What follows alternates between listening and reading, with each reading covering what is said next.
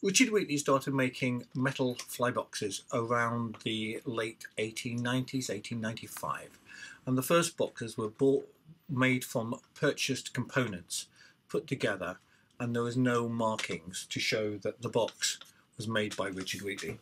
Here is a box with their 1904 salmon clips in, but there was nowhere on that box is it marked. And this had obviously been a problem for them. So around 1906, they started exploring the use of a trademark. And the trademark was actually registered for the use on leather goods in March 1906. Very soon after, they were marking their xylonite plates to show that they were actually genuine Wheatley plates. Have what is known to Wheatley collectors as the lozenge logo. It's a complicated RW inside a diamond, and you'll notice it stands on its point. This was fine until the Americans started with protectionism, and they started passing laws that all products must be marked with their place of origin, or the place that they were made. And Wheatley started by hand stamping these with the word England. And we have a very early black one, and there's the ultra rare blue one. These were then passed that they didn't conform with the American acts or legislation, and they started to try and print or hand stamp the words "Made in England" on the inside the boxes. Eventually, this was again deemed not to be correct, and the markings had to be on the outside of the box. So for a very short period they were there, and the mark is by the catch, "Made in England." Boxes with this mark are very difficult to find, and Wheatley's also managed to put on their patent number and their registered design numbers on their marks.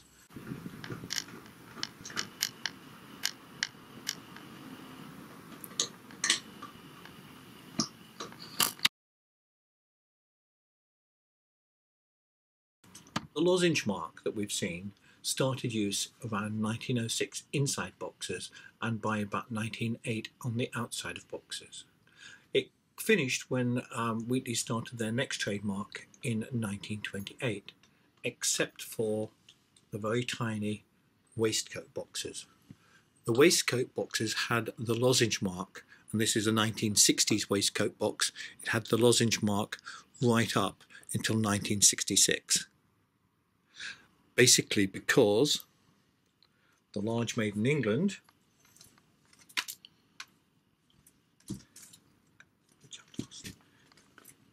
which is like that, was just too big to go in a waistcoat box.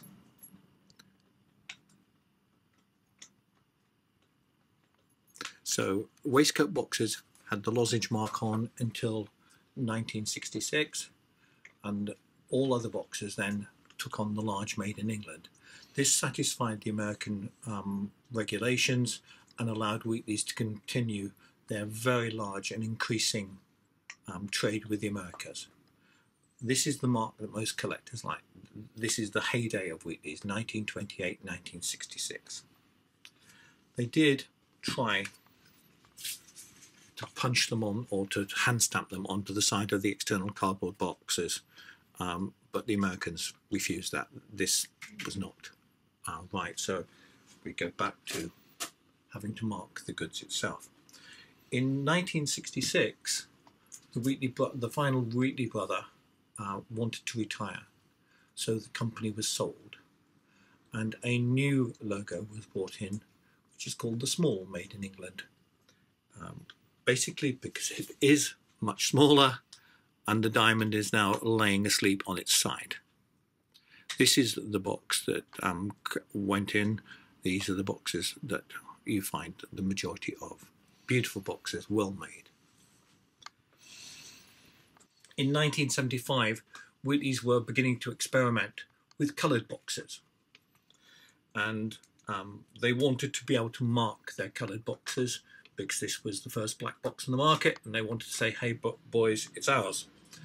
And they found these dry transfer prints, and they started marking their boxes with a dry transfer print. This is the first time that a Wheatley box had ever been marked on the face. All other boxes are marked on the reverse. So they have the dry transfer. There are two types, the common type and the much rarer type, which has the longer fly. By 1984-88, they were making boxes, they were changing the way they coloured boxes, and this faded out, and boxes became marked with the new, and still in current use, Wheatley mark. This is the one when they started pad printing. They could mark all their boxes, and they were then into the market, and the Chinese and the Indians were becoming into the market. So it became more important to make sure that a Wheatley box was identified as a Wheatley box. And there are lots of stories of overseas competitors attempting to mark their boxes as Wheatleys, and Wheatley's taking action. We're still marking our boxes on the reverse, and we have the Wheatley made in England, which is still in use today. And for our colleagues over the pond or in America, we have the Wheatley of England, which marks the American made boxes. If your box says Wheatley of England on the base, then it's made by our American colleagues. If it says made in England, Wheatley made in England, then it's made here in our Somerset workshops. Just caught my eye. Yeah, it's a brown trout box made here in the UK with an impersonation of the brown trout skin and the Richard Wheatley logo on the front and the Made in England logo on the reverse. We do a brown trout and we do a rainbow trout. We have used other marks. We had a very successful box for which is a Kilroy spring box, which was designed by Leonard Kilroy, made by Richard Wheatley. Then Kilroy also was a very famous fly tyer and made flies. But here you have the Wheatley Kilroy patented box, 1935, 1966-ish. And there you have, we made these in a number of varieties, and the Wheatley collectors love them because you can find lots of different types and changes as the fly changed. These were done away with by the tail becoming much longer on a salmon fly, so you couldn't hook them into the spring because the tails were going to get bent and damaged, and they faded away. 1935, 1965, and then we invented, or patented, or didn't patent, but we found a finish which would give us this brushed look. So that's a Silm alloy Wheatley metal finish, and it is actually referring not to the metal but to the finish that is painted on the top of the base. It gives it a slightly yellow look, but it stopped pitting and damaged the exterior of the aluminium. While aluminium doesn't rust, it will pit. So that is that. There will always be bits of interest to collectors, and there will always be mistakes made by people who make fly boxes, and anything else for that matter. And you will, as you hunt boxes, you will find boxes that have got no markings on, but are obviously Wheatley boxes have got 2 sets of markings on. From our extensive collection, I pulled out one yesterday, which has got the lozenge mark that finished in 1928, the Made in England mark, the large Made in England mark, which started in 1928 and went to 1960, and the Wheatley, Kilroy Wheatley mark, which started in 1935. So then you have the problem of dating your box. For some reason, this lid has been marked incorrectly. We just call them a thread. It's just a date. The box is probably actually dated around about 1935 when the Kilroy mark was put, but you will occasionally find threads. Now I'm told... And for reference, please note that this is not a Richard Wheatley mark, although many users of Richard Wheatley boxes have previously selected Tom Thumb. Thank you. You will find that there are a number of other items made by Richard Wheatley, and here is a fish gauge disgorger, which also bear the Silm alloy mark and have other marks on. You'll find there are a number of items that all have Wheatley marks on. The mark itself is constant throughout the range. So if you find a product that is made early, it will have a large Made in England mark on. 1928, 1966.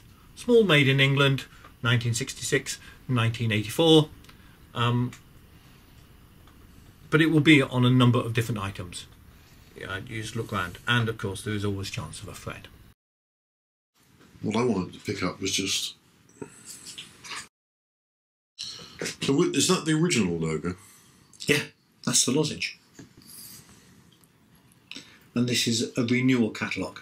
No, it's not. This is the original catalogue when it was first registered. There must be something more up to date, something better we can show people than this. Come on, what have we got?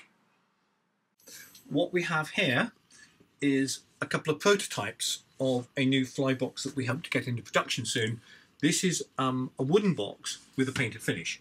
You have to excuse the fact that it's got nothing inside it, but there's your wooden box, which will have foam inside it, and we've just been trying out to see how it looks. We haven't decided on the colour yet. If you have a choice of colour, maybe you could add it to the comments of the video. But there we have a couple of prototype boxes, all done, which we are hoping to get introduced next year. They're instead of the mahogany boxes, or as well as the mahogany boxes, which are becoming quite hefty in price point. These are this is the 16-inch box. There will be a 13-inch and a 16-inch, just the same as the mahogany boxes, but we're hoping to be able to reduce the price point because they're not mahogany.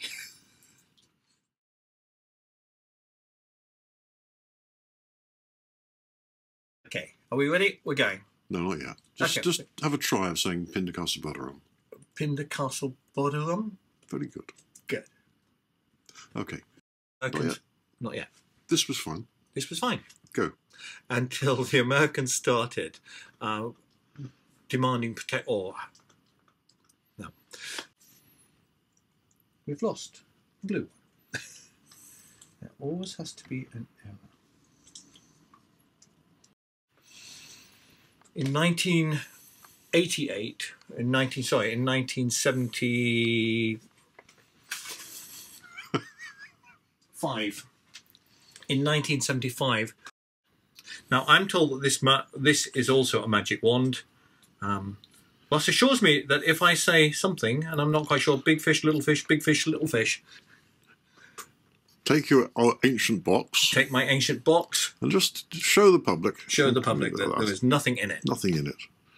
And now you come up with the magic words. Which is so big close, fish. Close your box. Close my box. Big Take fish, your little wand. fish. Take me wand. 1, 2, 3. Big fish, little fish. Big fish, little fish. Bigger, bigger, bigger fish. Freeze. And we have flies. And not only do we have flies, but we have flies that are guaranteed to catch fish. We think. Thank you.